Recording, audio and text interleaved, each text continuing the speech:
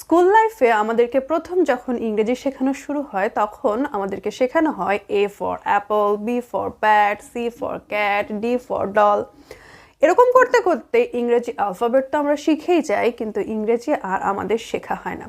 একটু খেয়াল করে দেখবেন, আপনি বাংলা বর্ণমালার 50টা বর্ণ বলতে না পারলেও ইংরেজির 26টা বর্ণ কিন্তু আপনার মুখে একদম ঠোঁটে আছে, একদম ঠোঁটস্থ।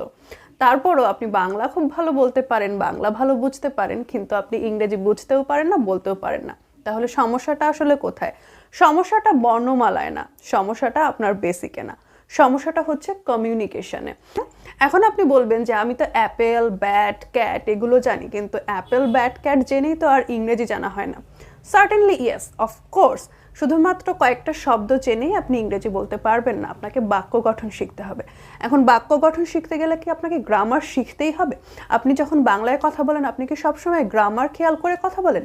নিশ্চয়ই না। তাহলে আপনি কিভাবে বলেন? এই প্রশ্নটার উত্তর খোঁজার চেষ্টা করুন।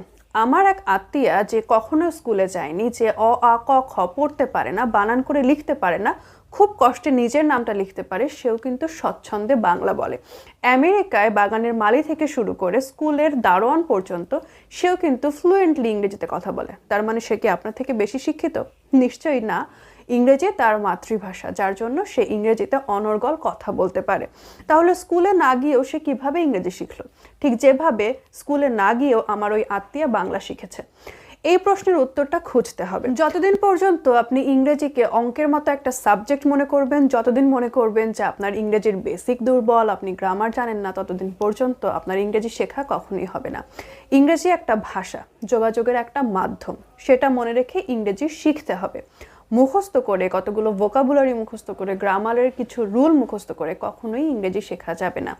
ইংরেজি শিখতে হবে শোনার মাধ্যমে, বলার মাধ্যমে, এবং অবশ্যই যেহেতু আপনি পড়তে লিখতে জানেন, আপনার একটা অ্যাডভান্টেজ আছে, আপনি পড়ার মাধ্যমে এবং লেখার মাধ্যমে ইংরেজিটা শিখতে পারেন।